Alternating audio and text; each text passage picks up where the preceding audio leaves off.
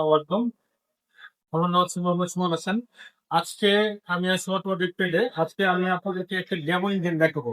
Plus হচ্ছে এই ইঞ্জিনের যে সমস্ত পার্টস আছে, পার্টস আমি আপনাদেরকে একটা একটা করে দেখিয়ে আমি যে আপনাদেরকে শেখাবো কোন পার্টস এর নাম কি এবং কোন পার্টস এর অবস্থান কোথায়। তো আমাদের সামনে আছে একটি ডেমো পেট্রোল ইঞ্জিন। অর্থাৎ এটা ডেমো হচ্ছে জন্য এটা একটা অংশ প্রত্যঙ্কিত মানে কাটা আছে। দেখেন পিস্টন যে বোঝানো করতেছে এটা খুব ইজিলি বোঝা যাচ্ছে। তো আমরা এই ইঞ্জিনের এখন বর্তমানে কি কি পার্টস আছে এই পার্ট গুলো আমি আপনাদেরকে একটা একটা করে দেখাচ্ছি। এটা হচ্ছে সিলিন্ডার ব্লক অর্থাৎ এটা মূলত হচ্ছে সিলিন্ডারটাকে ধরে রাখে এবং এই সিলিন্ডার ব্লকের সাথে ক্র্যাঙ্কশ্যাফট লাগানো থাকে। এই যে আপনারা দেখতে পাচ্ছেন ক্র্যাঙ্কশ্যাফট, এটা হচ্ছে পিস্টনটা যে রডটা সংযুক্ত আছে এটা হচ্ছে কানেক্টিং রড। তো আমরা এই যে এখানে আছে হচ্ছে সিলিন্ডার হেড। এই উপরে অংশটা হচ্ছে সিলিন্ডার হেড।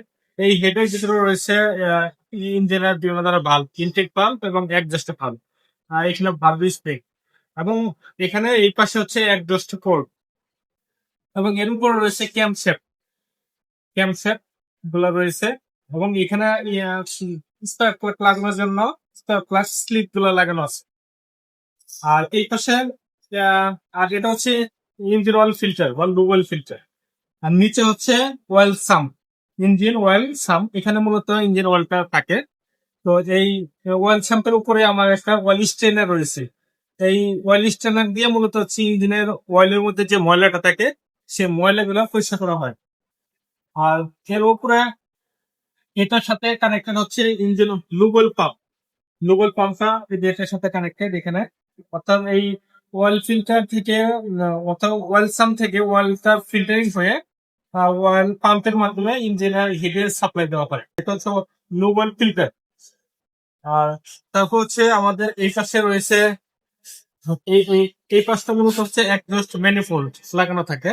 এখন বর্তমানে একজস্ট ম্যানিফোল্ডটা লাগানো নাই। আর এই পাশে হচ্ছে ইঞ্জিন ফ্লাইহুইল যে বেল্টটা মূলত মানে অ্যাডজাস্ট করার জন্য মূলত এই আইগুলো পুলিগুলো ব্যবহার করা হয়। এবং আমরা যদি এই পাশে আসি, এই পাশে হচ্ছে ইনটেক ম্যানিফোল্ড, ইঞ্জিনের ইনটেক ম্যানিফোল্ড।